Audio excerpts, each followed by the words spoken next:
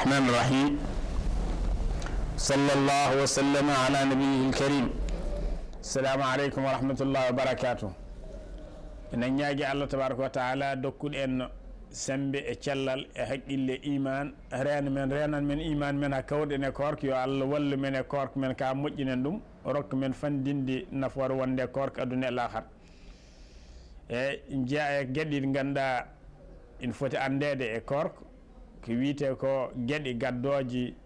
njobdi tawno kadi wado kafara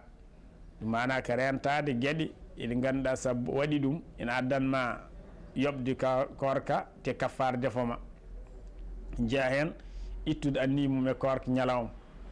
jahen am dad yardi walla nyamdi yardude hunuk walla nyamrude hunuk mum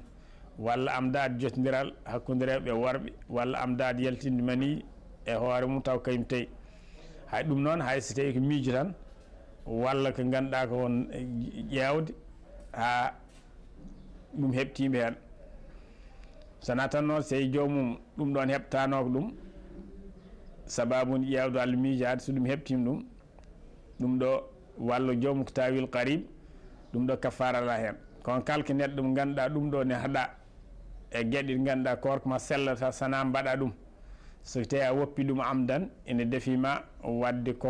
mana wad yobde e wadde kafar kadi kan jeeya hen ko adnata neɗɗo yobde wadde kafar neɗɗo wiide wonde ina jentiri janggo ma pawgal ko wonde jontinoje tan wi janggo ma taw ma pawgal mo ar walla ko debbo wi Allah mum jogori yiide janggo tan horta walla ko nande hen e ko wiite ko kafar noon so defima neɗɗo ko ñamminde capanɗe jeegom miskin walla o hoorde lebbi ɗiɗi dewdirɗi walla rimdirde jiyaaɗo juulɗo mbala jillani haydara ndim taw ko jiyaaɗo tan taƴ te kadi taw jomum kadi rendinta ƴetta ɗum ɗo hoore balɗe capantati ñammin walla hoore lewru ñammin yimɓe capantati ɗum ɗo kadi ala hen labudde kafara timmuɗo oɗo kafara ramadan mana ko jomum subna kalka haaji hen ina wawi wadde kono ɓuuri yiɗede ko wadde itam waɗi noon gueɗe ɗe ganduɗa so ina bonno korko kono noon ko jobdi tan defi hen neɗɗo